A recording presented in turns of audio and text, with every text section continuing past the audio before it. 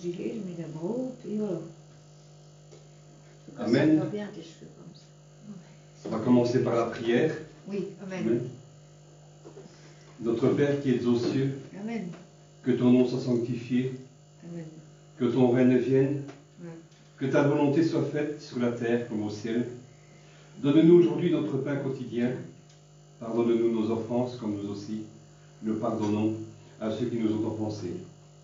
Ne nous induis pas dans la tentation, mais délivre-nous du mal, car c'est à toi qu'appartiennent dans tous les siècles le règne, la puissance et la gloire. Amen. Amen. Amen. Amen. Oui, Seigneur, ce matin, nous nous présentons devant toi, Seigneur. Nous présentons cette réunion devant toi, Seigneur. Nous te demandons, Seigneur, de venir nous visiter, de venir nous parler, Seigneur. Vraiment, au travers de la louange, de quelques chants et au travers du message aussi, Seigneur Jésus-Christ. Amen. Viens nous interpeller, réveille-nous, Seigneur, ce matin. Vraiment, prends le contrôle et la direction, Seigneur, de cette réunion. C'est dans le nom de Jésus-Christ que j'ai prié. Amen. Amen. Donc tout d'abord, en commençant, je voudrais un peu clarifier une chose pour quelqu'un qui a écrit la semaine passée que j'étais alcoolique.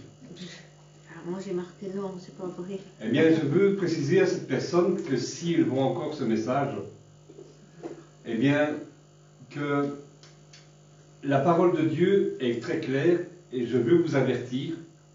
La parole de Dieu est très claire et c'est de mon ressort de vous avertir que des faux témoignages, que vous répondez de faux témoignages, c'est très dangereux pour vous. Et aussi, non seulement que parce que vous les répondez, et puis il y a ceux qui vous écoutent. Parce que vous vous conduisez droit en enfer, mais vous conduisez aussi les autres en enfer. Alors, moi, je veux prier pour vous. Hein, je prie pour votre salut. Et je vous pardonne. Hein, parce que bon, des choses, nous en avons déjà entendues, mais celle-là, ce n'est pas la plus pire. Je vous pardonne déjà, mais sachez, et je vous demande de vous repentir et de vous en remettre au Seigneur Jésus-Christ. Vous ne pouvez pas répandre de faux témoignages. C'est très dangereux. C'est très, très, très, très, très dangereux pour vous. Très dangereux. Et vous savez, dans les assemblées, on a un peu trop tendance à... Dans nos églises, on a un peu trop tendance à laisser aller. Mais on doit dire stop. Parce que vous savez, si on ne se tait pas, ceux qui continuent à répandre des calomnies, des faux témoignages, des mensonges, ils vont payer les conséquences. Donc, c'est de notre devoir à nous, pasteurs et responsables d'assemblée, de prévenir nos membres. Vous savez, nous ici, qu'on est 50 personnes, imaginez qu'il y en a une qui est fidèle et qui est droit dans les voies du Seigneur. Le Seigneur ne cherche pas la quantité, mais il cherche des cœurs sincères.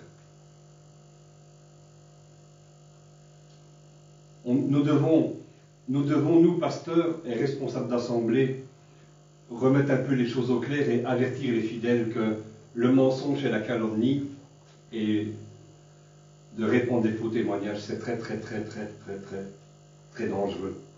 Nocif pour eux, nocif pour ceux qui les écoutent. Alors, ben, soyez bénis. Et vraiment, moi, je prie pour vous, je ne vous en veux pas. Parce que moi, je sais que ce n'est pas vous qui est derrière ces mensonges et ces calomnies. Ce n'est pas vous qui est derrière tout ça. D'ailleurs, la parole nous dit que nous n'avons pas à combattre la chair et le sang. En plus, c'était le verset du jour que j'ai reçu aujourd'hui. Nous n'avons pas à combattre la chair et le sang, mais ce sont des esprits qui sont derrière tout cela. Donc, moi je ne vous en veux pas, mais cet esprit se cache derrière, mais je prie pour votre salut. Je prie pour que vous soyez sauvés. Amen. Compris donc, David Jen, voilà, pour citer son nom, je prie pour votre salut, je prie pour votre... et je vous pardonne. Soyez bénis. Alors, on va commencer dans le chant. Amen. Si vous voulez prier. Oui, on va prier. Merci Seigneur, nous mettons tous au moment entre tes mains. Merci Seigneur pour la présence de notre sœur Jacqueline bien-aimée. Regarde son cœur, elle est fidèle, Seigneur, à ta parole. Elle est fidèle, Seigneur, et elle est dans tes voies, Seigneur. Garde-la dans tes voies, Seigneur. Bénis-la, Seigneur. Dans le nom de Jésus. Merci pour Marie-Claude qui nous suit. Merci, bénis-la, Seigneur. Bénis sa famille, Seigneur, parce qu'elle nous suit aussi, Seigneur. Merci parce que tu vas faire un miracle dans la vie aussi de Marie-Claude et dans sa famille. Parce que je pense, Seigneur, que aussi elle a été rejetée, mais Seigneur, mais tu vas la rétablir, tu vas la guérir dans le nom de Jésus. Merci, Seigneur, pour Marie-Claude. Merci pour sa famille. Merci pour son homme. Et merci aussi pour Eric, Valérie et la maman, Seigneur. Tu vois, Seigneur, que Valérie aussi était malade, mais on a prié pour elle, Seigneur, et tu l'as guérie, Seigneur. Merci, et tu vas encore la rétablir. Bientôt, elle sera parmi nous, Seigneur, pour célébrer et pour te rendre gloire. Nous mettons Lisa, Roger, moi et Jacqueline entre tes mains. Que ton nom soit loué aujourd'hui, Seigneur, et pour l'éternité, Seigneur. Amen. Amen. Amen.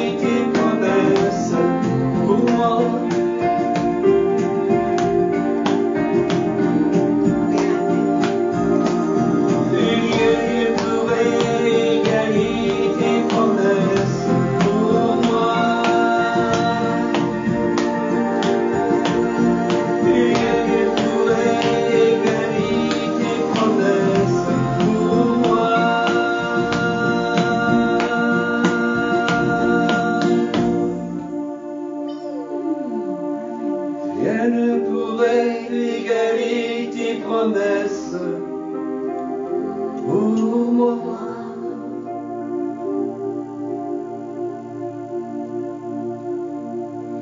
Ce chant nous raconte ce que je dis depuis 2 ou 3 semaines.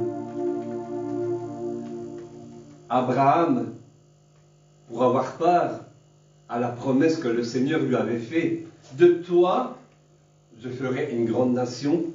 En toi, toutes les nations de la terre seront bénies. Et pour cela, que devait-il faire? Obéir. Amen. Amen. Alléluia.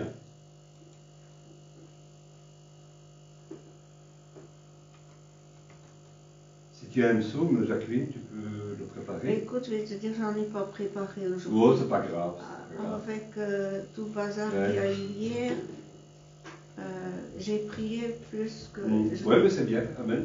Je vais préparer moi un psaume. Oui. Je vais le lire. Un psaume.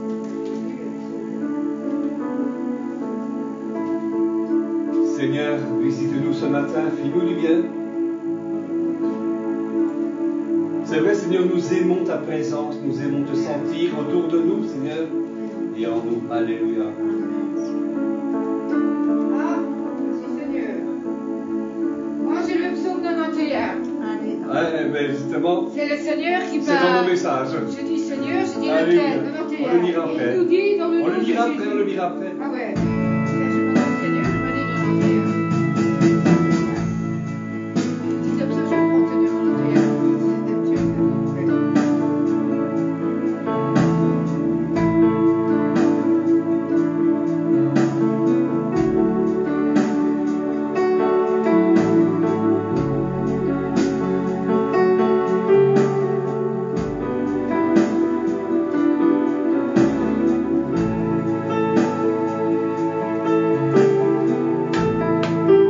Ta présence, Jésus, j'aime ta présence, mon bien-aimé. J'aime ta présence, Jésus, j'aime ta présence, mon bien-aimé. Et ton amour est là, puissant infini. Ton amour est là, guérissant ma vie. Et ton amour est là, coulant de la croix.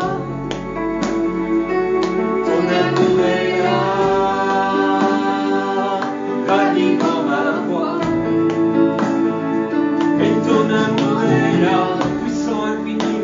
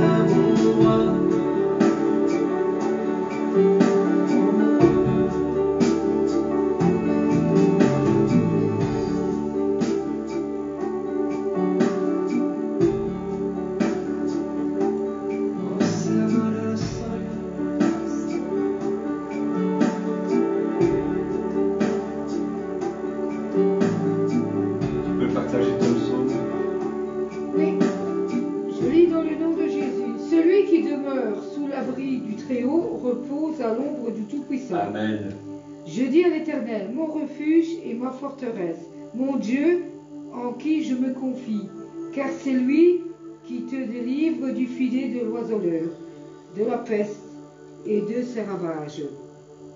Il te couvrira de ses plumes et tu trouveras refuge sous ses ailes. Amen. Sa fidélité est un bouclier et une cuirasse. Tu ne craindras ni les terreurs de la mort, de la nuit, ni la flèche qui vole de jour, ni la peste qui marche dans les ténèbres, ni la contagion qui frappe en plein midi. Que 1000 tombent à ton côté et 10 000 à ta droite, tu ne seras pas atteint. De tes yeux seulement, tu regarderas et tu verras la rétribution des méchants, car tu es mon refuge éternel. Tu fais du Très-Haut ta retraite. Aucun malheur ne t'arrivera. Amen. Aucun fléau n'approchera de ta tente, car il ordonnera à ses anges de te garder dans toutes ses voies. Ils te porteront sur les mains, de peur que ton pied ne heurte contre une pierre. Tu marcheras sur le lion et sur l'arpic. Tu fouleras le lionceau et le dragon. Puisqu'il m'aime, je le délivrerai, je le protégerai, puisqu'il connaît mon nom. Il m'invoquera et je lui répondrai. Je serai avec lui, dans la détresse. Je le délivrerai et je le glorifierai. Je le rassasierai de longs jours et je lui ferai voir mon salut. Amen. Amen. Amen.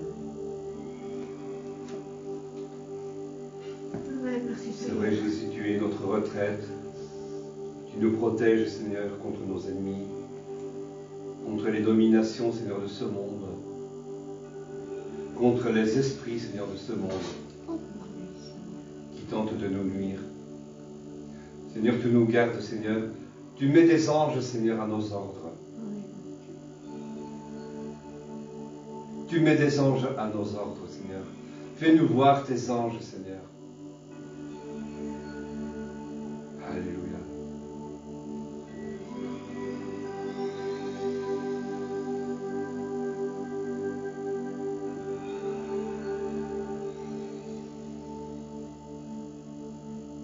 Amen. Amen. Seigneur, nous te prions pour tous ceux qui ne sont pas avec nous aujourd'hui. Éric, Seigneur, Valérie, qui ont été éprouvés, Seigneur, par la maladie cette semaine. Je te les remets entre tes mains, je te demande, Seigneur, de les bénir, de les faire avancer vers toi, Seigneur, de les attirer à toi. Vraiment, Seigneur, fais-leur ressentir ton amour, Seigneur, comme nous, Seigneur, nous le ressentons, Seigneur Jésus-Christ. Je te prie, Seigneur, pour la famille de Marie-Claude, qui regarde les réunions. Seigneur, je te prie, Seigneur, de bénir sa famille, Seigneur. Je ne me rappelle plus le nom de son compagnon. Qui Son compagnon à Marie-Claude. Oh, c'est Léo. Non, c'est pas Léo. Ouais, Léon, voilà. Non, Léon, c'est pas ça. Léo. Oh, Je te prie, Seigneur, pour le compagnon de Marie-Claude, Seigneur. Bénis-le, Seigneur. Bénis les enfants, Seigneur, dans cette maison. Oui. Remplis leur maison de ton atmosphère, Seigneur, et de ton amour aussi, Jésus-Christ. Alléluia. Amen. Amen. On reprendra un chant plus tard qui sera dans le thème du message. Donc je vais te le mettre. Hein. Tu cliques sur Exit. Bon. Alors là, tu vas là ici. Ouais. Ah oui. Bible. Et voilà. Et puis tu cliques sur Diaporama.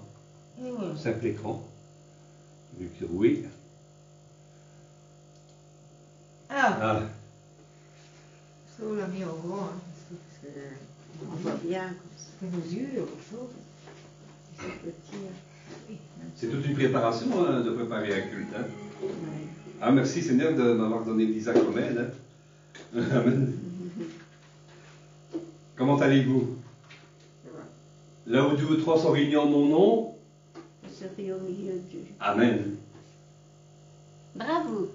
Moi, j'aime bien ce que tu dis. Tu vois, on sent vraiment, on vit la réunion, donc comme si on était dans une église de 100, 200 personnes. Amen. Ouais. Même si je devais faire que pour une personne, je resterai fidèle à moi-même. Je prêcherai, je louerai le Seigneur comme si c'était pour 100, 1000, 10 000, autant que tu veux. Pour un stade de foot complet, si tu veux. Ça ne change pas. On doit avoir la même qualité quand nous prêchons ou quand nous louons le Seigneur. Ça ne dépend pas. C'est vrai. Ça ne dépend pas ça ne dépend pas d'un gain. On ne prêche pas parce qu'on va être bien payé à la fin du culte. On ne prêche pas pour un gain. On prêche parce que ça doit sortir de nous. Ce sont les paroles de Dieu qui doivent sortir de nous. Même si le Seigneur me permet un jour d'aller en Afrique, ce n'est pas pour l'argent que je donne de ma poche. Amen. Amen. Bien que des amis pasteurs africains aimeraient qu'on aille prêcher là-bas, mais bon, si le Seigneur le veut, je dis toujours, parce que nous, financièrement, on ne sait pas le faire. Et bon, voilà, si le Seigneur le veut, on ira. On ne peut pas promettre. Oui, je viendrai. Non, si le Seigneur le veut, on ira. Il le veut, mais s'il ne débloque rien, c'est qu'on ne doit pas aller pour l'instant. Voilà. Donc, aujourd'hui, nous allons parler des cabanes. Les cabanes, c'est le thème de mon message. Et on va parler de la naissance probable de Jésus-Christ. Tout le monde sait qu'il n'est pas né le 25 décembre. Hein. Ah bon? Ah bon, il n'est pas né le 25 décembre? Donc, oui, voilà, je dois mettre mon audio ici. Voilà. Ainsi, donc sur le site web. Voilà. Et c'est pas bien si on fait quand même le 25 décembre. Écoute, c'est la conscience. Hein. C'est pas. Non, il n'y a pas de Il n'y a, souci. pas- Hein. il y a pas de péché à ça. Ah non, c'est le 25, c'est le 25. Ils se donnent un jour le 25. Non. Puisqu'on ne sait pas le jour. Non, voilà, donc on fait le 25. On ne sait pas le jour, mais on sait la période. Oui. Et c'est ce que nous allons débattre ici. Donc on va ouvrir la parole de Dieu dans l'évangile de Jean, le chapitre 1, les versets 1 à 5.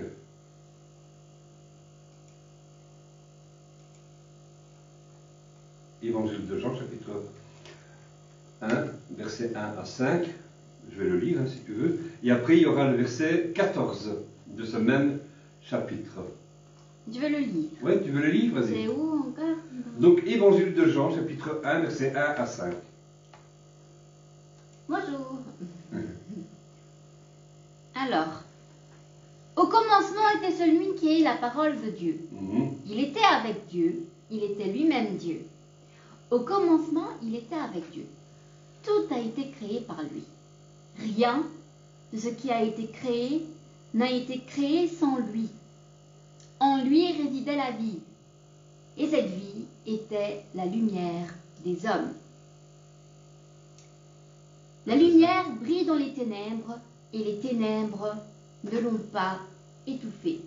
J'aime bien ta version, c'est quelle version? Ah ben moi, je dis pas. C'est meurt. Hein? Relis le début. Au commencement était celui qui est la parole de Dieu. Était celui qui était Non, la qui parole. est. Non, qui est. Oui, mais tu as dit était celui qui. Qui est la parole de Dieu. Était celui qui est la parole de Dieu. On sait qui c'est. Hein? Le verset 14. Moi. Celui qui est la parole est devenu homme, et il a vécu parmi nous. Nous avons contemplé sa gloire, la gloire du Fils unique envoyé par son Père, plénitude de grâce et de vérité. Amen. Amen. Donc, ces versets sont une introduction pour comprendre la venue de Jésus-Christ. Quelle est la période de sa naissance? Nous allons voir ensemble, hein, donc, la fête des tabernacles, que l'on appelle aussi Sukkot en hébreu, donc les cabanes, autrement dit les cabanes. La fête des cabanes est très importante en Israël, très importante. Elle se trouve après Yom Kippour, que nous allons voir après. Et donc, il est écrit dans l'évangile de Jean, le chapitre 1, versets 1 et 2, que au temps de Jésus, on fêtait la fête des cabanes, donc Sukkot. Donc, évangile de Jean, chapitre 7, versets 1 et 2. Qui nous dit, après cela, Jésus parcourut la Galilée, car il ne voulait pas séjourner en Judée, parce que les Juifs cherchaient à le faire mourir. Or, la fête des Juifs, la fête des tabernacles, était proche. Voilà, c'est bon, la fête des tabernacles était proche. Durant cette fête, qu'est-ce qui se passait? Les enfants d'Israël, et c'était une ordonnance donnée aux Hébreux, hein, dans la loi, donc dans les fêtes, les Hébreux devaient habiter sous des tentes, hein, pour se rappeler le parcours le parcours dans le désert. Quand ils sont sortis de la mer Rouge, quand ils sont sortis d'Égypte, ils avaient erré dans le désert, mais Dieu avait accompli ses promesses. Il les a protégés, il les a nourris, il ne les a pas laissés. Il a accompli ses promesses en ce qui concerne de les faire entrer dans la terre promise, qui était Canaan, qui est devenu Israël, et pour y demeurer en paix. On se rappelle que, donc, après la sortie d'Égypte dans le désert, les Hébreux ont été protégés en permanence par quoi? Le Seigneur a veillé sur eux en permanence sous une forme, et il les a guidés par cela, sous une forme de quoi? Il y avait une nuée qui était au-devant d'eux, mais aussi par une colonne de feu la nuit. Amen. Oui. Donc, le jour, il y avait la nuée, donc Israël était en marche, ils suivaient la nuée, ils n'étaient pas au-devant, ils suivaient la nuée jusqu'au lieu où le Seigneur allait les amener dans la terre promise. Amen. Donc, on pouvait donc habiter sous les cabanes, ça veut dire que le Seigneur nous appelle à quelque chose. C'est que nous devons nous en remettre entièrement à lui. Oui. Imagine, le Seigneur est au-dessus de toi, devant toi, derrière toi, à côté de toi. Nous devons nous en remettre entièrement à lui d'une façon sincère et d'une façon confiante. C'était une condition pour que le Seigneur fournisse la protection et qu'il... Oui, amen. Allez, imagine, si tu ne veux pas du Seigneur, ça va, je te laisse aller, mais imagine que tu rentres dans une maison, il y a un chien méchant. C'est à ton péril, hein. C'est toi qui prends le risque. Donc, le Seigneur nous appelle à vivre sous sa protection. Pour qu'il nous fournisse sa protection. Dans le désert, ils étaient vulnérables. Combien de peuples, par exemple Moab, étaient venus à la rencontre d'Israël, parce que pour eux, voir ce peuple arriver, c'était un danger pour eux. Ils pensaient qu'ils allaient venir leur piquer toute leur nourriture, qu'ils allaient massacrer leur famille, mais non. Le Seigneur les a protégés du danger. Le Seigneur aussi les avait nourris avec la manne. La manne, c'est quoi? C'est la manne. La nourriture. Voilà, c'est le pain. En fait, c'est le pain du ciel. Oui. Amen. On est dans la continuité, en fait, de ce qu'on a dit la semaine dernière. Hein. La semaine dernière. Donc, ils ont mangé le pain, mais ils ont mangé aussi quoi? Qu'est-ce que j'ai fait? Non, pas dans le désert. Les oiseaux, là. Oui, des cailles. Des cailles qui sont tombées du Des ciel. cailles. Et aussi, qu'est-ce que Jésus a mangé dans le désert quand il eut faim? Des sauterelles. Des sauterelles, amen. Et aussi, le Seigneur ne les a pas laissés mourir de soif. qu'est-ce qu'a fait Moïse? Il a tapé avec le Il a attrapé le rocher et le Seigneur a donné de l'eau au peuple. Amen. Oui. C'est un Morija, exactement. Qui n'a jamais erré dans un désert spirituel? Nous, oui. Et ensuite, vu le secours de Dieu, on l'a vu. Amen. Amen. Après la sortie d'Égypte, donc du pays d'Égypte, Israël traverse la mer Rouge et ensuite le désert. Dieu les a protégés en permanence sous la forme d'une colonne de feu la nuit et d'une nuit le jour. En fait, il montrait sa présence au peuple qu'il avait secouru. Lisons Exode chapitre 13, versets 20 à 22. Papa, tu peux prendre les sons Oui, oui, ben, tu peux venir, hein, c'est pas grave. Lisons Exode. Hein. Moi, je lis dans le nom de Jésus. Ils partirent de Sukkot et ils campèrent à Étam, à l'extrémité du désert. L'Éternel allait devant eux, le jour dans une colonne de nuée pour les guider dans leur chemin, et la nuit dans une colonne de feu pour les éclairer, afin qu'ils marchassent jour et nuit. La colonne de nuée ne se retira point de devant le peuple pendant le jour, ni la colonne de feu pendant la nuit. Amen. Une colonne de nuée pour les guider le jour. Elle était au-devant, et la colonne tout autant au-devant d'eux. Donc, pour les guider donc, le jour et la nuit. Et une colonne de feu pour les éclairer la nuit. Voilà pourquoi j'ai repris ce verset de l'évangile de Jean, chapitre 1, verset 5, qui dit « La lumière brille dans les ténèbres ». C'est symbolique pour nous. Sans Dieu pour nous guider vers la vie, nous sommes des aveugles. Nous sommes des aveugles spirituels. Nous marchons dans les ténèbres. Si nous sommes en dehors de la lumière, pour nous guider dans nos nuits, quand nos jours sont sombres, quand tout va mal. Le Seigneur nous appelle à lui faire confiance, à nous appuyer sur lui. Imaginez, nous avons un père et une mère, hein, chacun. Les uns vont dire non pour me contredire. Et nous avons chacun un père et une mère qui font tout pour nous protéger. S'ils me parlent de danger, c'est pour ma sécurité. Logiquement, hein, des bons parents.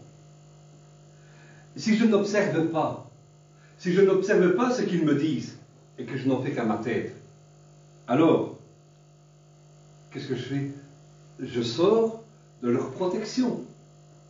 Quand on n'en fait qu'à notre tête avec le Seigneur, on sort de sa protection. Le Seigneur veut nous protéger.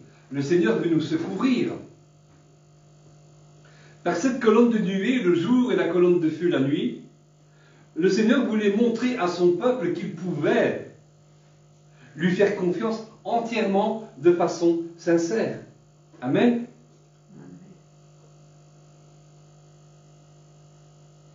Ce qui était la condition, donc, comme je l'ai dit, pour Dieu, qu'il fournisse cette protection, tandis qu'ils étaient vulnérables au danger dans le désert.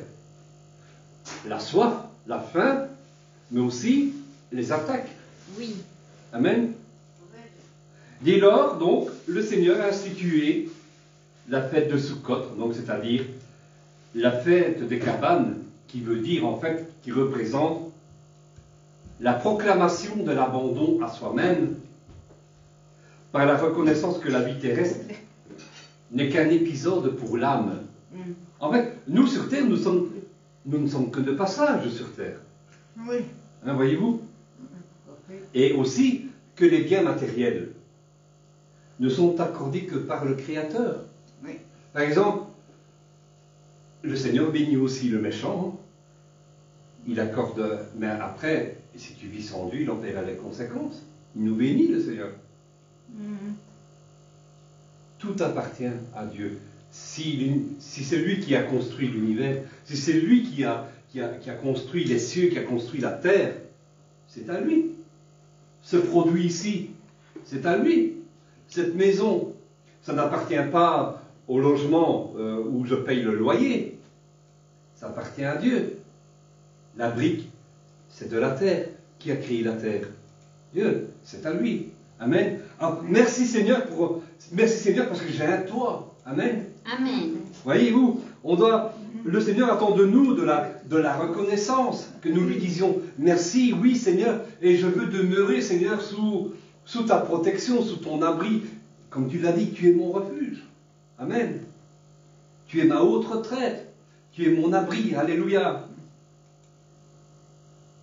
Tout, ma voiture, tout, ta voiture reste la propriété de Dieu. Amen, alléluia. Amen. Alléluia, wow, amen. Vivre, c'est quoi? Est-ce manger, souffrir, et puis mourir? Quand j'étais en dépression, je me suis souvent posé la question, sans Dieu, la vie n'a pas de sens. S'il n'y avait rien après tout ce que j'ai vécu, la vie n'a pas de sens. Pourquoi des gens vivent dans l'opulence et dans la satiété et que moi je suis pauvre? Ça n'a pas de sens. Pourquoi je souffre? Ça n'a pas de sens si après tout cela il n'y a rien. Amen. Oui. Mais Dieu veut donner un sens à notre vie. Oui. Écoutez-le vous dire, par exemple, mon fils, ma fille, il y a quelque chose de bien plus grand après tout ce que tu as vécu. Il y a quelque chose de bien plus merveilleux après cette vie parce que tu as persévéré, parce que tu as continué à m'aimer, parce que tu as continué à me suivre, malgré l'adversité, malgré les épreuves. Amen.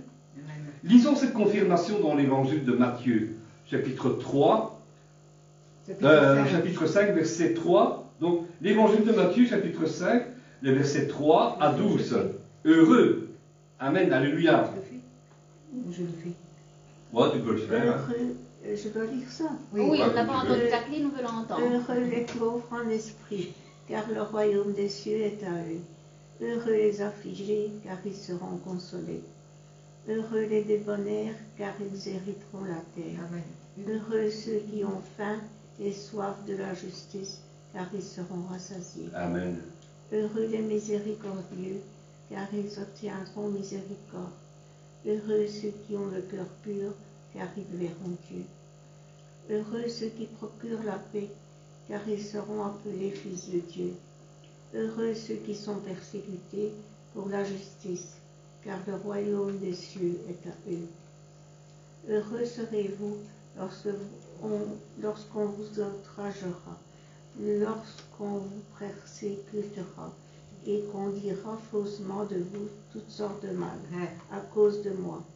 Réjouissez-vous et soyez dans l'allégresse, parce que votre récompense sera grande dans les cieux, car c'est ainsi qu'on a persécuté les prophètes qui ont été avant vous.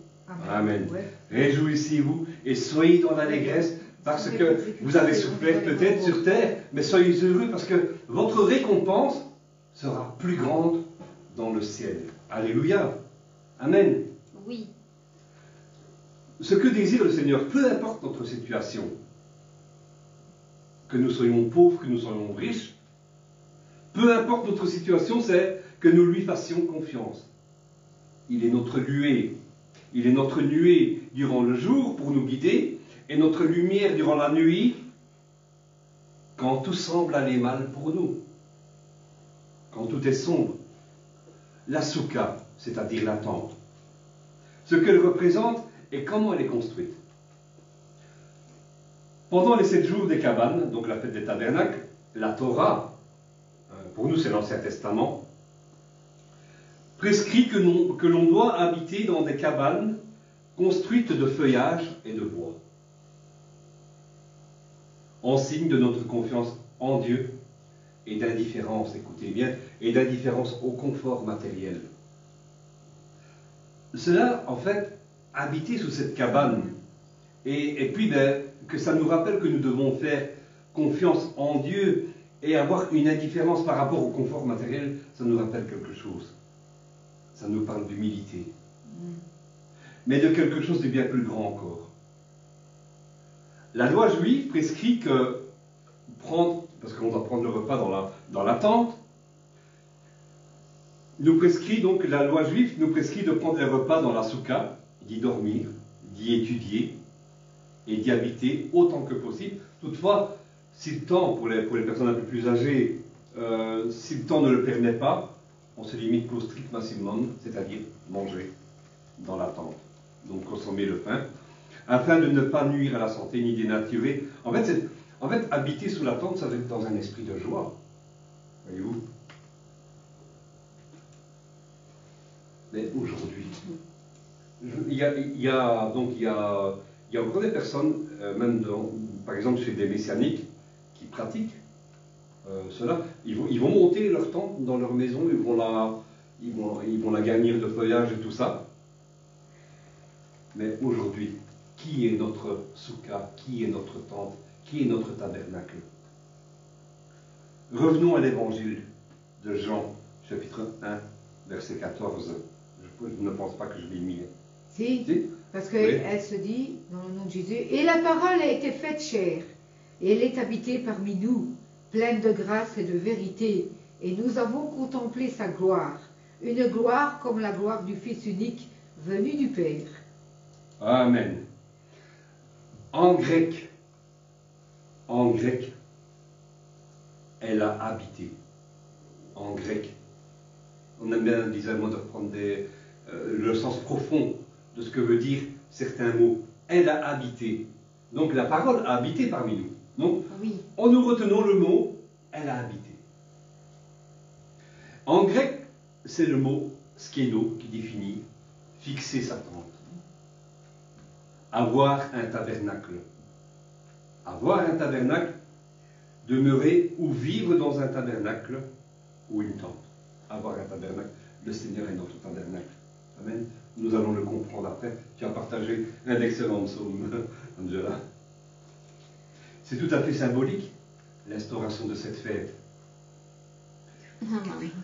Elle a été instaurée quelques siècles avant.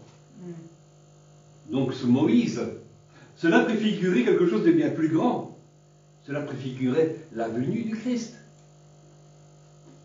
Le Logos.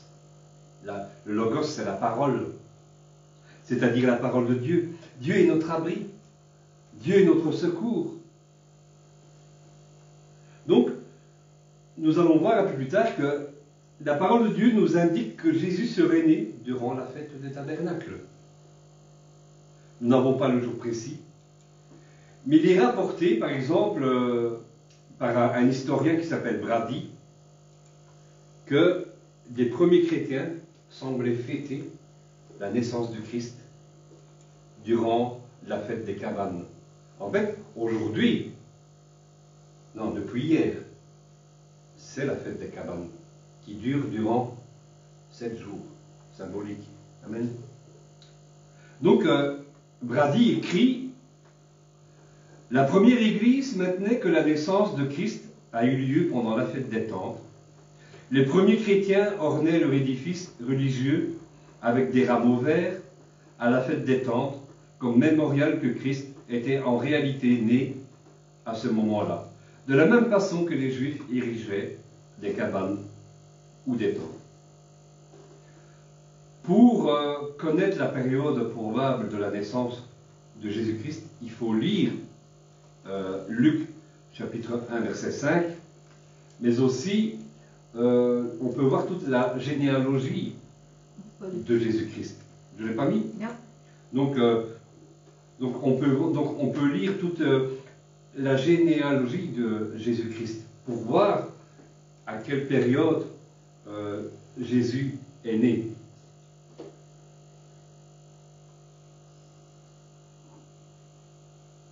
Le premier chapitre de Matthieu montre la généalogie, et Luc chapitre 1 verset 5 nous éclaire, si on fait une étude un peu plus poussée, ça déchiffre des lettres, croyez-moi. On peut aller le voir sur le site web Les Origines de Noël, par exemple, sur le site web letabernacle.be. Donc Matthieu chapitre, le chapitre 1er et Luc peut nous éclairer dans une étude qui se trouve sur notre site web, pardon. Donc, quelles sont les origines, donc à quelle période Jésus est né? Pour information, par exemple, Jésus est né au 7e mois, le mois de Tishri. Le mois de Tishri, donc nous avons eu Hanouka il n'y a pas longtemps. Le mois de Tishri, c'est le premier mois de l'année. Donc le premier Tishri, par exemple, c'est le nouvel an, donc c'est Hanouka. C'est le nouvel an, Rosh Hashanah, pardon. C'est le nouvel an en Israël. Et donc Jésus serait né donc au 7e mois, donc le mois de Tishri. Donc vers fin septembre, début octobre. Il est écrit dans la parole que les bergers étaient encore dehors à ce moment-là. Donc en septembre, octobre, c'est pas encore l'hiver. Les bergers sont encore dehors. Et Jean-Baptiste est né 6 mois avant Jésus-Christ. Et donc, c'est en faisant le calcul, et donc avec les sacrificateurs, donc combien de temps ils devaient rendre un service dans le temple. Et c'est en faisant ces calculs-là qu'on peut déterminer à quelle période le Christ est né. Il est né 6 mois après. Jean-Baptiste est né à Pâques. Vous voyez, le 15 Nisan.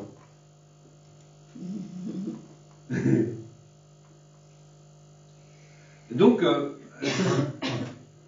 par exemple, en septembre 2016, j'étais en Suisse, je suis parti tout seul, Angela travaillait.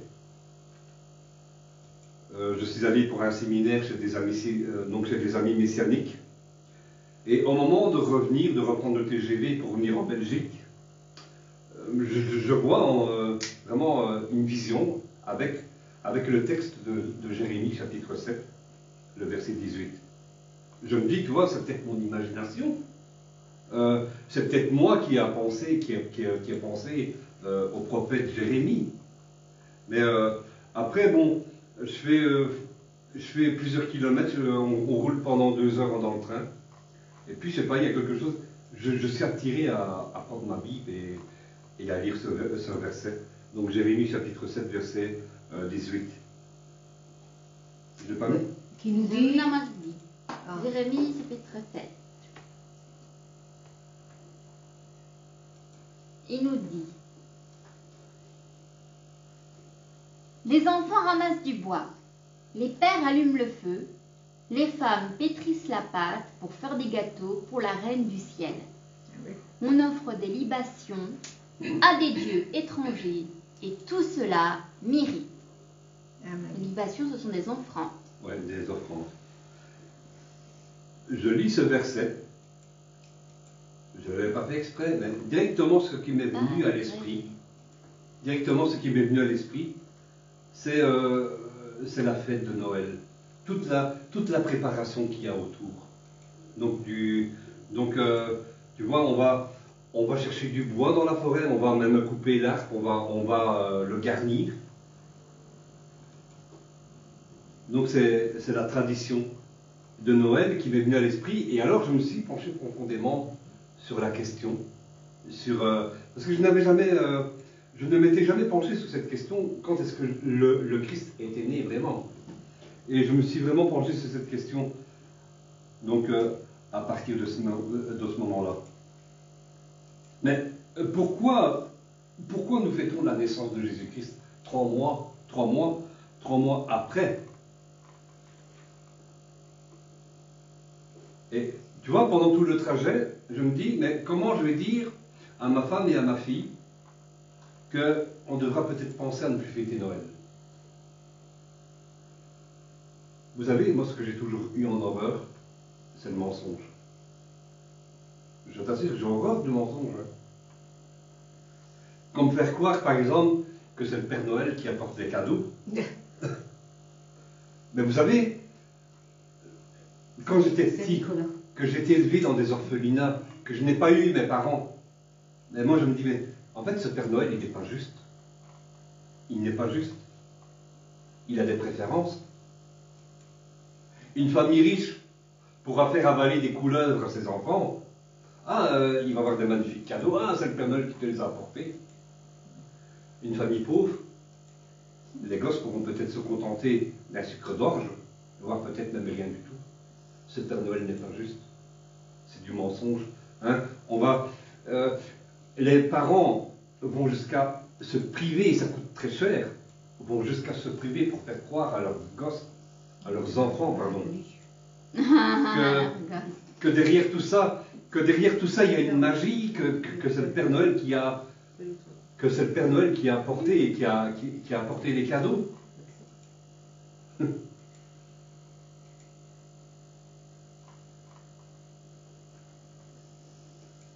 Je vous parlais l'autre jour de Nimrod et le mystère autour de la naissance de son fils Tammuz. C'est Minaris qui était la mère de Nimrod, mais aussi, elle était quoi? Elle était sa femme. Oui, c'est Donc vrai. qui prétend que son fils Tammuz était la réincarnation de Nimrod. Tammuz, dont des écrits grecs rapportent qu'il est né le 25 décembre, mais Tammuz est aussi représenté par le dieu Soleil. Dieu soleil, Voilà, Dieu rat. une fête occulte que Rome a christianisée. Donc le pape a christianisé le culte qu'on rendait au dieu Soleil à ce moment-là. Elle l'a imposé aux premiers chrétiens. Elle a imposé cette fête occulte aux chrétiens par la contrainte, par la menace.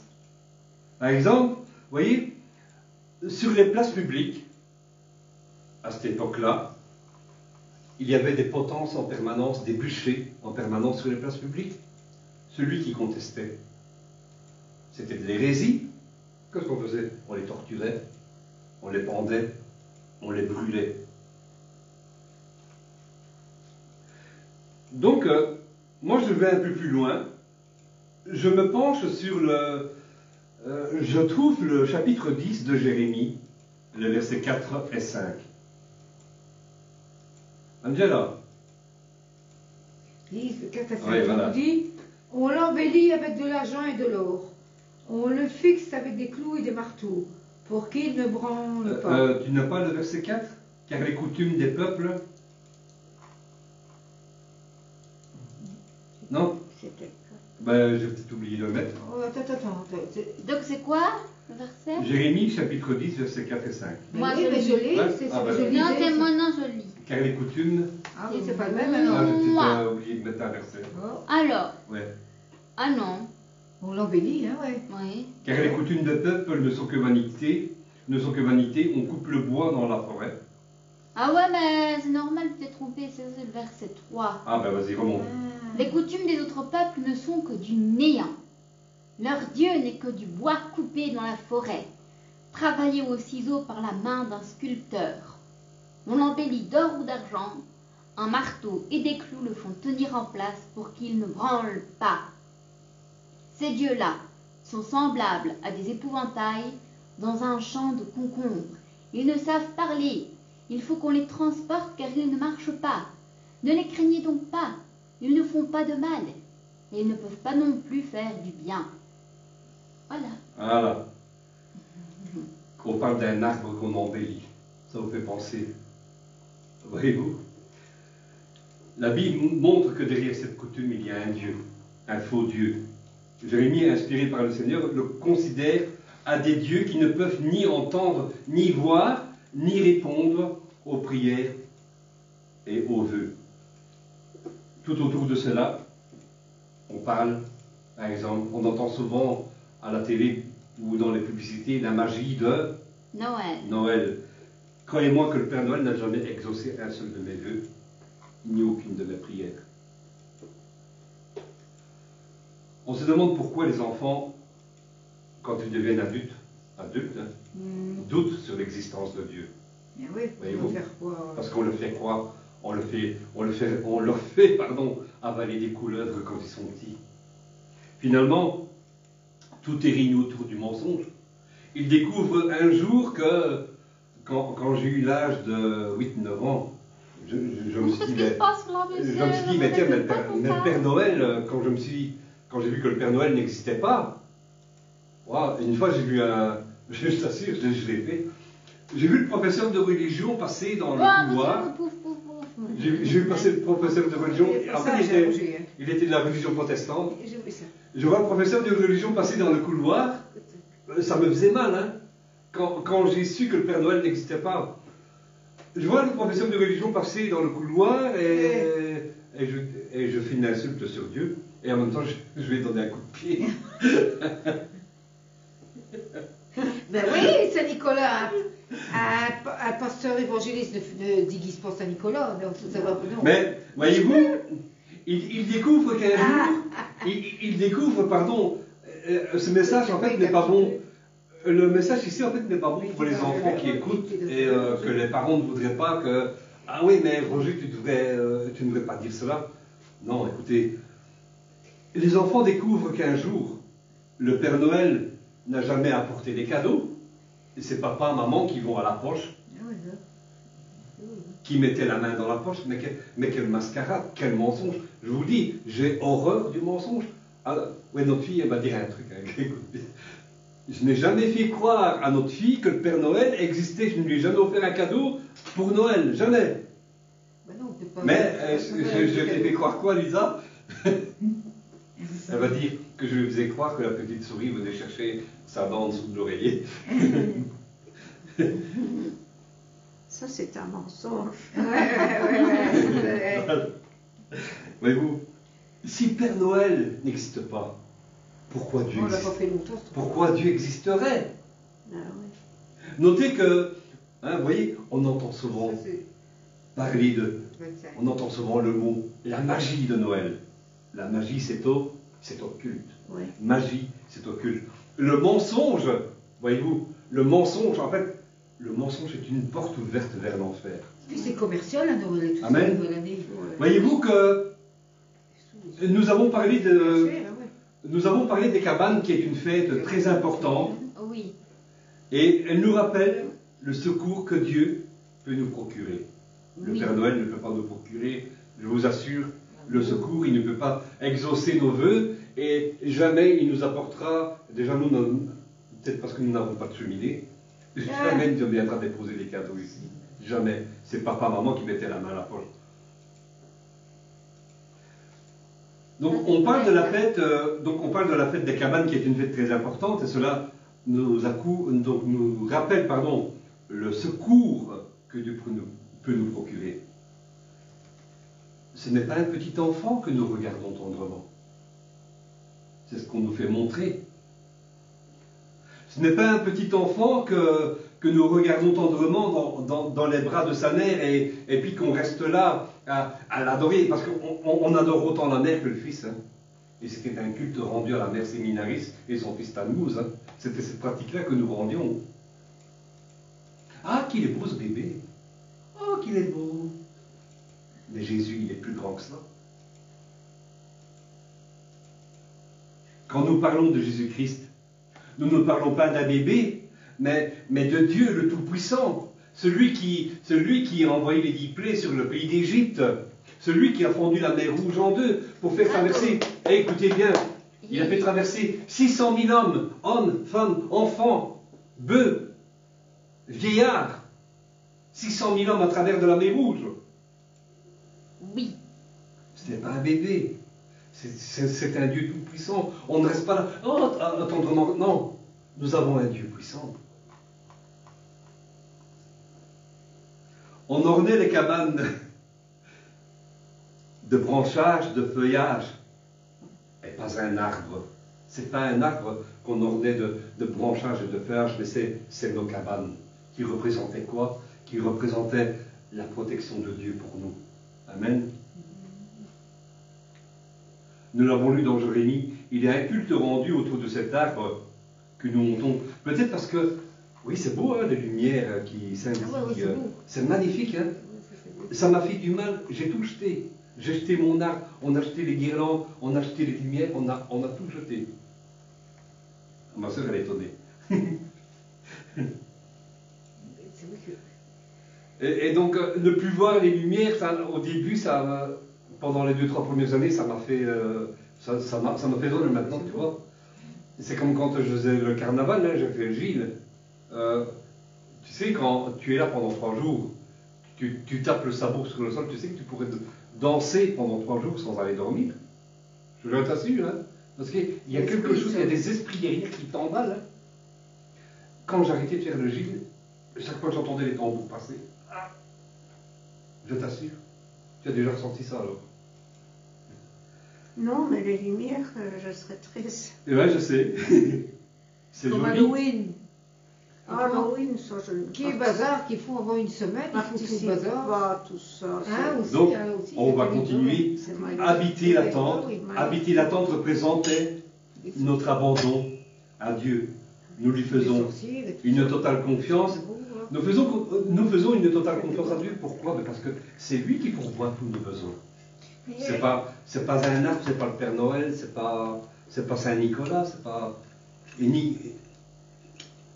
C'est Dieu qui pourvoit à nos besoins, c'est lui qui pourvoit à notre sécurité, c'est lui qui pourvoit à notre bien-être. Je vous assure que depuis que je suis sorti de la dépression, depuis que le Seigneur m'a guéri de la dépression, je le dis aujourd'hui, moi, je suis en paix. Je suis, bien qu'on peut avoir des batailles tous les jours, ou je suis en paix. En fait, je suis entré je me sens dans un repos. Parce que je sais que le Seigneur est là. Jésus est là. Et si, ce qu'il a fait pour moi, après, ce n'est plus rien. Quand j'étais à l'hôpital avec le Covid-19, moi je dis, mais Seigneur, tu m'as bien délivré de la dépression, pourquoi tu ne me délivrerais pas du Covid-19?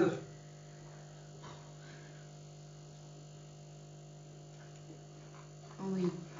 5 jours avant la fête des cabanes, il y a une fête très importante aussi qui se passe, qui est une ordonnance, et ça s'appelle le jour des expiations. Vous savez, c'était à une époque où on venait apporter les brebis au temple pour le pardon de tes péchés. Le jour des expiations, plus connu, donc c'est Yom Kippour. Yom Kippour. Tous les Juifs sont convoqués devant le Seigneur à cette période-là. Ils sont appelés à faire un examen de conscience, de demander pardon à Dieu pour les fautes commises volontairement ou non volontairement. On doit faire un profond examen d'humiliation, de repentance, de prière. On s'abstient de tout confort matériel. Pas de GSM, pas de télé, pas d'Internet. C'est une journée totalement consacrée à Dieu. Et de plus, on doit jeûner pendant cette journée-là pour nous abandonner à la prière, de demander pardon au Seigneur. Pardon parce que j'ai péché volontairement. Pardon parce que, oui, j'ai péché, mais je n'ai pas péché volontairement. Donc, voyez-vous,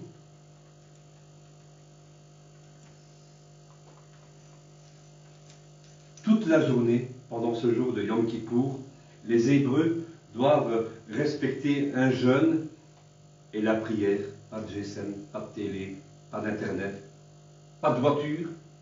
Là, tu restes là avec ton Dieu, dans l'humiliation, dans la prière.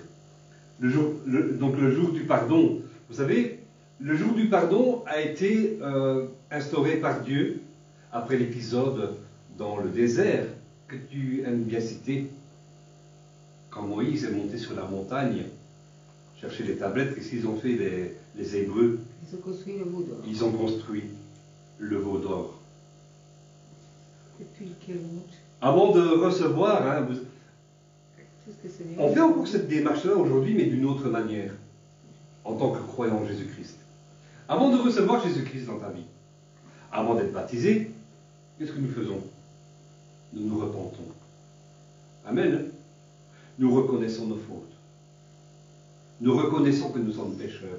C'est cette démarche-là. Voyez-vous, Yom Kippour avant la fête des tabernacles, avant la fête des cabanes. Et le Christ y vient après. Le Christ y vient à partir du moment où tu as dit, oui, voilà, j'abandonne, je m'abandonne à toi, j'abandonne tout cela.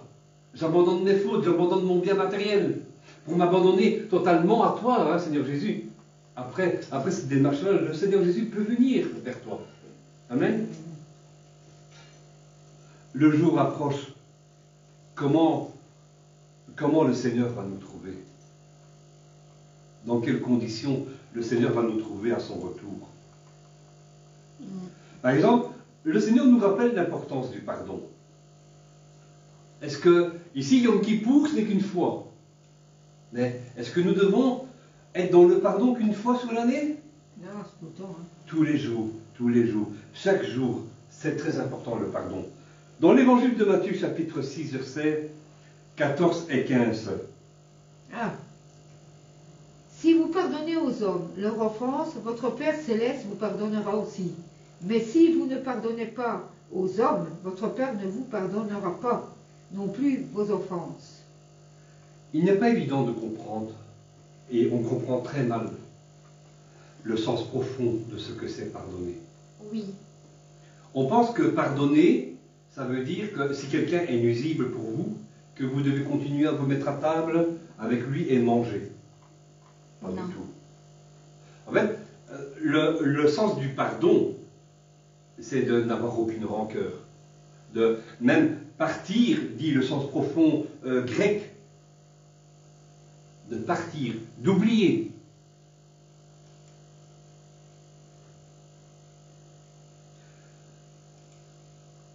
Il est possible qu'on ait subi de dommages, de graves dommages psychologiques par quelqu'un.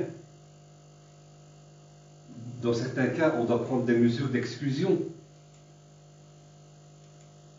Oui. Si la personne que nous côtoyons est dans une attitude continuelle de nous nuire. Par exemple, Paul écrit dans sa lettre de 1 Corinthiens, chapitre 5, verset 11.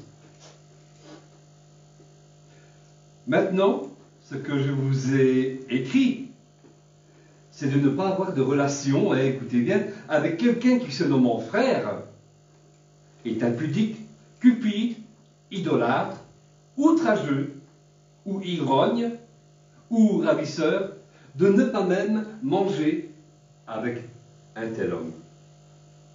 Et 2 Thessaloniciens, chapitre 3, versets 5 à 6. Oui. Que le Seigneur dirige vos cœurs vers l'amour de Dieu et vers la patience du Christ.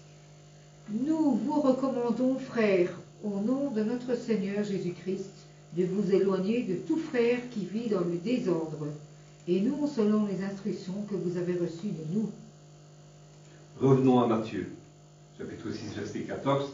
Si vous pardonnez, Jésus dit. Le mot grec pour pardonner est aphimi. Donc, le sens profond dit que vous pouvez partir. Oubliez, et écoutez bien, répudier. Répudier. Vous laissez aller, mais vous n'en tenez aucune rancœur. Pardonner ne veut pas dire que vous devez vivre avec cette personne qui vous cause du tort, mais d'oublier, de le laisser aller. Que vous n'allez même pas manger à la même table que lui, c'est sûr. Vous ne devez pas lui souhaiter du mal. Par exemple, j'ai déjà vu des gens qui prient, on leur fait du mal, ils demandent que la flèche qu'on leur envoie retourne vers l'envoyeur, mais surtout pas. Vivre dans le pardon nous rend libres, parce que je l'ai moi-même expérimenté. Donc le psaume 91, versets 1 à 13. Ah. Celui qui demeure sous l'abri du Très-Haut repose à l'ombre du Tout-Puissant. Je dis à l'Éternel, mon refuge et ma forteresse, mon Dieu, en qui je me confie. Car c'est lui qui te délivre du filet de l'oiseleur. Tiens, je l'ai lu. Oui. De la peste de ses ravages, il te couvrira de ses plumes, et tu trouveras un refuge sous ses ailes. Sa fidélité t'a nourri une cuirasse. Tu ne craindras ni les terreurs de la nuit, ni la flèche qui vole de jour, ni la peste qui marche dans les ténèbres, ni la contagion qui frappe en plein midi. Que 1000 tombent à ton côté, et 10 000 à ta droite, tu ne seras pas atteint. De tes yeux seulement, tu regarderas, et tu verras la rétribution des méchants. Car tu es mon refuge, ô Éternel, tu fais du Très-Haut ta retraite. Aucun malheur ne t'arrivera, aucun fléau n'approchera de ta tente. Car il ordonnera à ses anges de te garder dans toutes ses voies. Ils te porteront sur les mains, de peur que ton pied ne heurte contre une pierre. Tu marcheras sur le lion et sur l'arpic. Tu fouleras le lionceau et le dragon. Il nous garde à l'abri. Le Seigneur nous garde sous son abri contre les pièges du diable. Amen. Se mettre sous la cabane, symboliquement, c'est nous mettre sous l'abri du Très-Haut. De nous abandonner au Seigneur totalement. Vivre sous la cabane, hors de tout notre confort matériel, nous rappelle ce qu'a fait Abraham en quittant son pays natal, Ur, pour se rendre où le Seigneur lui indiquera. Il ne savait pas encore qu'il allait se rendre au pays de Canaan. Donc le Seigneur lui a demandé de tout quitter, de partir, et d'aller là où le Seigneur lui indiquera de s'arrêter. Moïse, par exemple, aussi, après quelques années d'avoir pris soin d'un troupeau dans le désert, il vivait auprès de Jéthro. Le Seigneur l'appelle au buisson ardent pour le renvoyer vers le pays qu'il avait fui, l'Égypte, pour être son médiateur et guider donc le peuple hébreu vers la délivrance. Et vous savez, le Seigneur lui assurait, il doit retourner vers le pays qu'il avait fui. Il avait tué quelqu'un. Pensait-il qu'il allait être jugé? Mais le Seigneur lui assure sa protection. Oui. Il devait avoir aucune crainte. Il assure sa protection. Je serai avec toi. Il a dû quitter sa zone de confort. Ces hommes renoncent à eux-mêmes pour s'abandonner au Seigneur.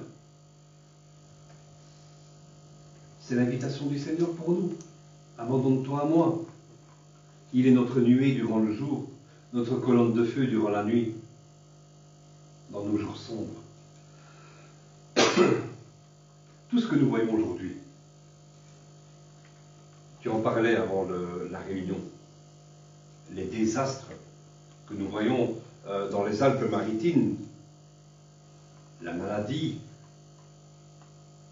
mais on se dit, mais où tout cela va nous mener? Il n'y a rien de rassurant, rien du tout. On prend souvent, par exemple, vous voyez, le psaume 23, verset 4. Quand je marche dans la vallée de la mort, de l'ombre de la mort, je ne crains aucun mal, car tu es avec moi. Ta houlette et ton bâton me rassurent.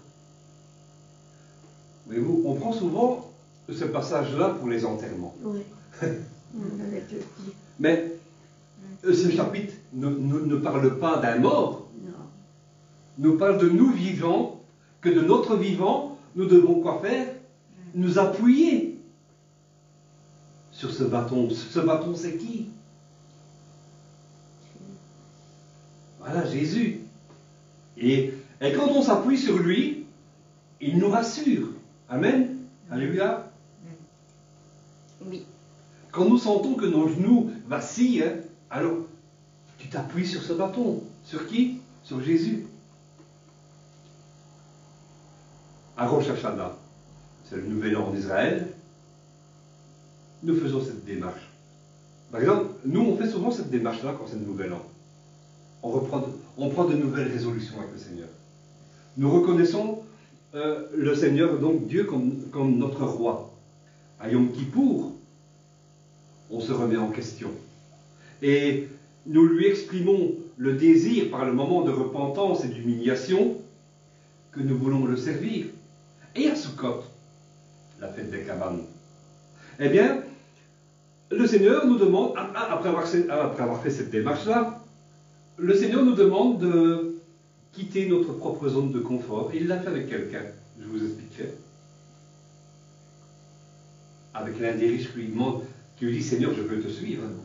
Il lui dit, il sait ce qu'il a dans son cœur. Vends tout, donne-le aux pauvres, et après suis-moi. Mais il n'était pas prêt. Il n'était pas prêt à sortir de sa zone de confort. Nous, que serions-nous prêts à abandonner pour suivre le Seigneur? En fait, le Seigneur ne nous demande pas d'être pauvres, hein, mais c'est d'abandonner des choses qui nous attachent, qui nous retiennent d'aller vers lui. Voyez-vous, notre vie, si j'étais un ivrogne, je dois arrêter de boire. Si je volais, je dois arrêter de voler. Si je mentais, je dois... Ça revient toujours, hein. On en parle depuis 3 semaines. Désolé, je ne peux pas faire autrement. Je dois tout abandonner et suivre le Seigneur. Le Seigneur veut que nous assurer. Vous voyez, on a tout quitté. Il veut nous assurer qu'il pourvoira nos besoins. Amen. Oui. À tout ce qu'il nous manque. Dans le désert, il a nourri le peuple avec la manne, le pain du ciel. C'était une nourriture pour nourrir le corps. Mais aujourd'hui, Jésus veut prendre soin de nos âmes, non pas seulement le corps, mais aussi de nos âmes, avec une nourriture non périssable. Elle est spirituelle, c'est le pain, comme nous l'avons vu la semaine passée, c'est le pain de vie. Angela, Luc chapitre 5, verset 5. Oui, je lis dans le nom de Jésus. Merci Seigneur pour la compréhension de tous ces passages bibliques. Simon lui répondit, « Maître, nous avons travaillé toute la nuit sans rien prendre, mais sur ta parole, je jetterai le filet. » Amen. Sur ta parole, je jetterai le filet. Le filet. Croyez qu'il est votre secours. Je crois qu'il est mon secours. Et je dis au Seigneur, puisque tu me l'as dit, je m'appuie sur ta parole. Je crois que quand j'aurai besoin de toi, sur ta parole, je m'appuie, puisque tu m'as dit de m'appuyer sur toi, de te faire confiance, de demeurer sous ton abri, de faire de toi mon refuge. Sur ta parole, alors je m'appuierai sur toi, Seigneur. Je ferai de toi mon Dieu, je ferai de toi ma haute retraite. Alléluia, Amen. Alléluia. Avoir obtenu le pardon de notre Seigneur Jésus. En fait, après Yom Kippour, nous savons que le Seigneur nous pardonne. Et la fête des cabanes, donc des tabernacles, c'est un moment de réjouissance. Oui. Parce qu'en fait, le fait de faire de notre Seigneur notre protection, notre abri, nous savons qu'il nous protège, qu'il nous couvre en fait. Cela en fait doit nous réjouir que le Seigneur est à côté de nous.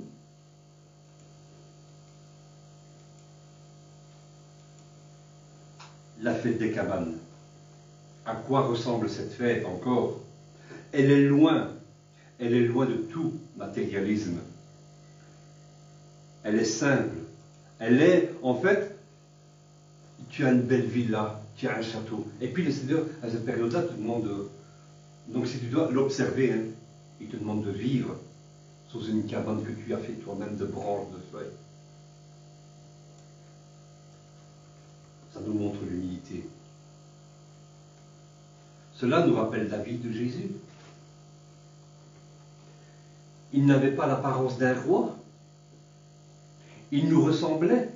Il n'est pas entré dans Jérusalem sur un magnifique cheval blanc pour botter les Romains dehors d'Israël.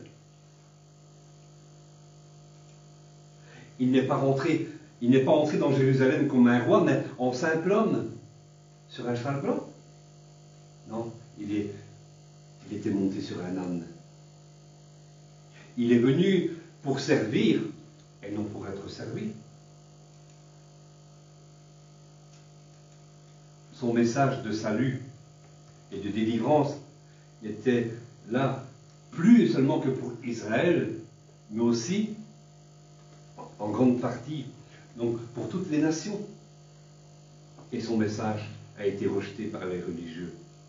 Ils pensaient voir un roi qui allait botter les Romains d'or. Il est venu habiter parmi nous, afin que s'accomplissent les saintes écritures de la promesse faite à Abraham. dans Genèse, chapitre 22, verset 18. Donc, le Seigneur dit à Abraham, « Toutes les nations de la terre seront bénies en ta postérité. » Toutes les nations, pas que Israël, parce que tu as obéi à ma voix. Les nations en hébreu, c'est Goïm. Et donc ça représente les peuples qui ne sont pas hébreux. Puisqu'il l'a fait pour nous. Faisons du Seigneur notre abri tous les jours. Il nous appelle à nous réjouir en lui.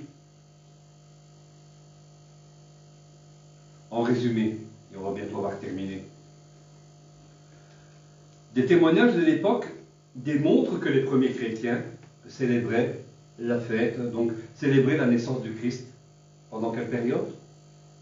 Sous la fête, donc sous les cabanes. La fête des tabernacles. La fête des tabernacles. Pendant, écoutez bien, 40 jours, non? Pendant 7 jours. Ah, 7 jours. On fêtait la fête des tabernacles pendant 7 jours. Et autant la Pâque, hein, voyez-vous, la période de Pâques, c'est pas un jour, hein. Ça s'écoule sur une période de 7 jours. Amen.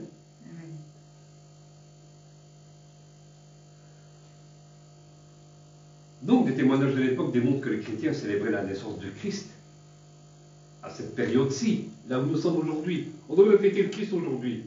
Oui. Mais Rome, sous le pape, a fêté les célébrations pour instaurer le 25 décembre, qui normalement, caché, on fête le Dieu Soleil.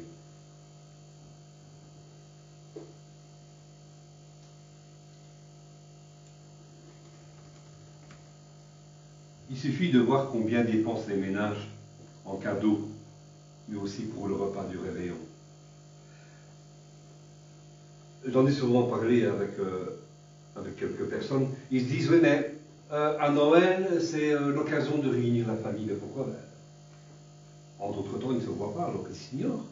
Tu vois? En d'autres temps, ils s'ignorent. Voyez-vous, un repas à Noël va coûter 2 ou 3 fois plus cher que si tu allais manger à un beau restaurant pendant juillet ou août. Tu ne vas pas dire, les gens sont en vacances à ce moment-là, on peut prendre du temps pour sa famille. Et c'est beaucoup moins cher. Nous n'avons pas cessé de fêter Noël parce que, ça c'est beaucoup ce que ma sœur pense parfois. Elle pense que c'est parce que je suis pauvre. Mais je dis, ben non. Parce que moi, j'ai reçu une conviction que je ne devais plus le faire. Maintenant, c'est une question de conviction. Oui. Moi, je ne peux pas te dire, ne faites plus Noël parce que je te l'ai dit. Tu dois...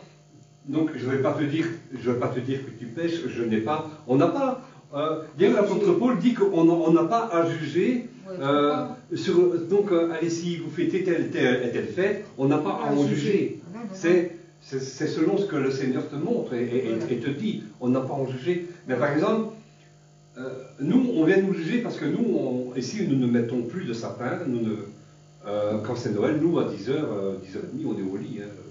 Donc, on n'a pas, si je n'ai pas à juger ceux qui font, je n'ai pas à juger, on n'a pas à juger si je ne le fais pas. Et vous voyez, c'est toute une bataille comme ça. Mais donc, c'est pas parce que je n'ai pas envie de dépenser un sou, mais c'est parce que moi je sais que sous le couvert, sous la date, donc sous ce soi-disant, ce Jésus-Christ que nous fêtons la naissance, ce n'est pas lui que je fête. Pour moi, dans mon esprit, je fête autre chose que la naissance du Christ. Et vous voyez, pour moi, pour ma part, la naissance du Christ, je la fête. Combien est l'année? 365 jours. 365 jours par an. Du 1er janvier au 31 décembre. Oui. Vous voyez, c'est tous les jours, et ce n'est pas qu'un jour ou 7 jours par an que nous devons être dans la joie et dans l'allégresse, que nous devons faire du Seigneur notre abri, que nous devons nous souvenir, ah Seigneur, je sais que tu es né. Non, c'est tous les jours, Seigneur, tu es né, tu es venu sur la terre pour me sauver, tu es venu sur la terre pour moi, tu es venu t'offrir sur la croix pour moi.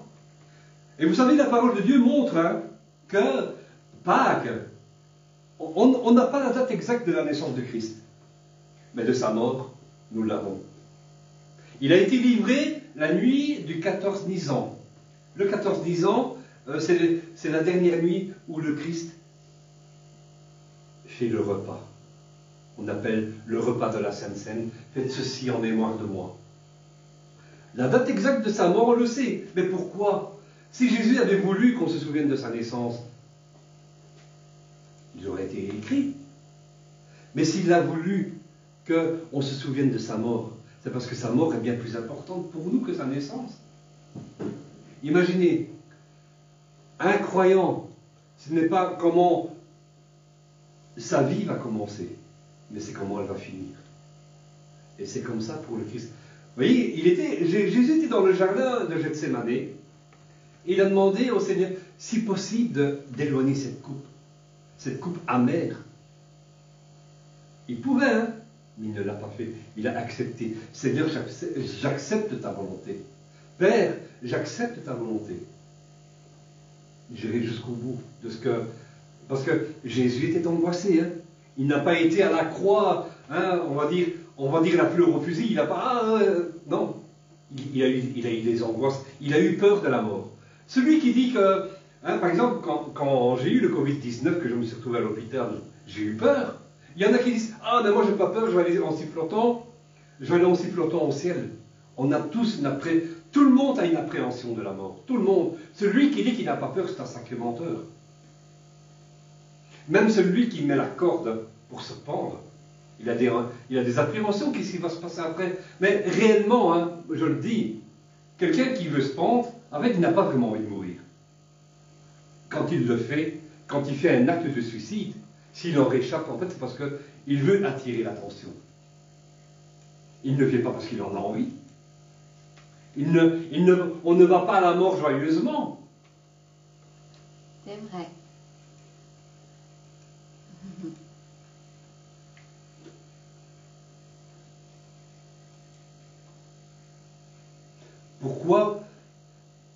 Pourquoi la mort de Christ, on pourrait se servir de ce message-là pour Pâques, hein. Pourquoi la mort de Jésus est plus que sa naissance? Mais parce qu'en sa mort, nous sommes devenus vivants avec lui. Voyez-vous le geste que l'on fait quand on se fait baptiser? Jésus a été enseveli dans la terre. Voyez-vous? Nous, quand nous sommes ensevelis, immergés dans les eaux du baptême, Jésus-Christ est mort, il a été relevé d'entre les morts. Nous, par nos péchés, par nos offenses avant, nous étions morts, bien que nous soyons vivants, nous étions morts aux yeux de Dieu. Mais après, voyez-vous, on est enseveli, on est immergé dans le baptême et on est relevé, nous revenons à la vie. C'est-à-dire qu'en lui, nous ressuscitons, nous sommes ressuscités avec Jésus-Christ. Confirmation par Éphésiens chapitre 2, versets 4 à 6.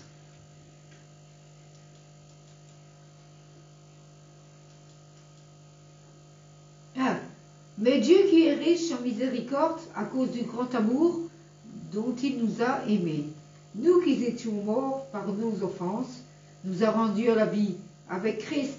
C'est par sa grâce que vous êtes sauvés. Amen. Donc c'est cet acte. Il nous a ressuscités ensemble et il nous a fait asseoir ensemble dans les lieux célestes en Jésus-Christ. Alléluia. Il nous a ressuscités ensemble et il nous a fait asseoir. Donc, quand on prend le baptême par immersion complète, c'est pas quelques gouttes sur la tête, hein, c'est immergé complètement. C'est-à-dire, c'est la représentation de ce que Jésus a fait. Il a été enseveli dans le sol. Et nous sommes ensevelis aussi. Et nous, quand vous êtes dans l'eau, vous avez pu respirer. Quand on est dans la terre, on ne sait pas respirer. Voyez-vous? Par immersion complète, nous sommes ensevelis. C'est-à-dire que nous mourrons à notre ancienne vie, Angela. Oui. Nous mourrons à notre ancienne vie.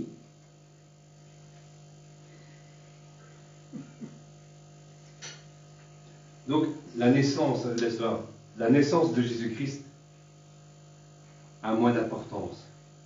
Parce que, encore une fois, notre vie est plus importante que la sienne. Par exemple, il disait donc dans l'évangile de Jean, chapitre 10, versets 17 et 18, « Le Père m'aime parce que je donne ma vie. » Quel ami pourrait mourir pour toi? Quel ami pourrait mourir pour moi? Quel ami pourrait se mettre devant pour recevoir la balle qui m'était destinée? Quel ami le ferait? Personne. Mais Jésus l'a fait pour nous. Parce qu'il a considéré sa vie, donc il a considéré notre vie plus importante que la sienne. Il savait qu'il allait ressusciter.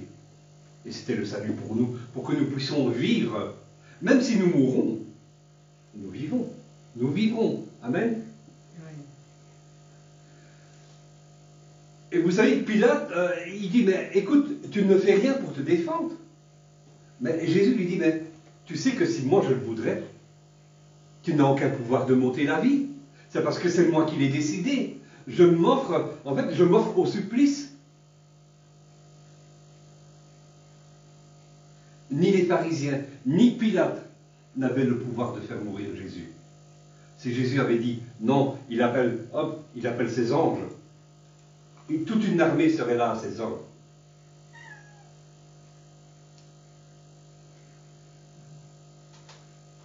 Mais seulement Jésus n'a pas dit un mot. Il n'a pas dit un mot. Il a choisi de se taire pour mourir pour nous sauver, pour que nous fassions de lui notre refuge, notre haute retraite, notre cabane, notre tabernacle. Amen. Amen. Jésus veut que nous fassions de lui notre demeure. Par exemple, imaginez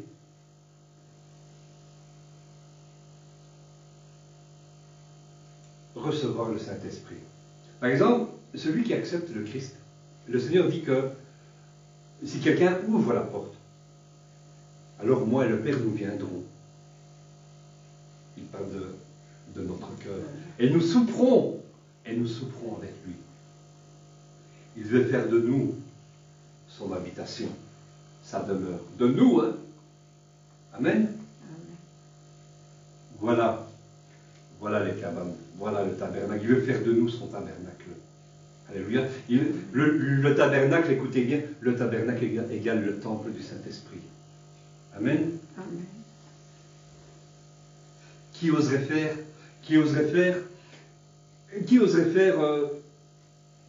un jour de fête pour quelqu'un qui est mort? Personne.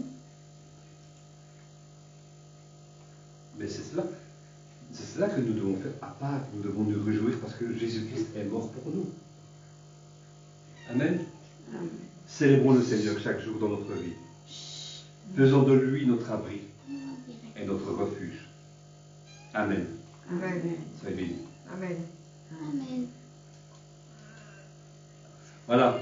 Soyez bénis. Nous nous retrouverons donc la semaine prochaine, ou je ne sais pas, peut-être que nous allons peut-être prendre un week-end, si Dieu le veut, donc de repos, à moins que Pierre si Pierre ressort de l'hôpital. Sinon, s'il ne ressort pas de l'hôpital, est-ce que Lisa pourra préparer un message pour la semaine prochaine? Oui, ça va. Alors, Ah ouais, donc, la semaine prochaine, ce sera Lisa qui nous exhortera. Alors, tu peux couper. Soyez bénis. Que le Seigneur vous garde. Bonne semaine à chacun. Amen.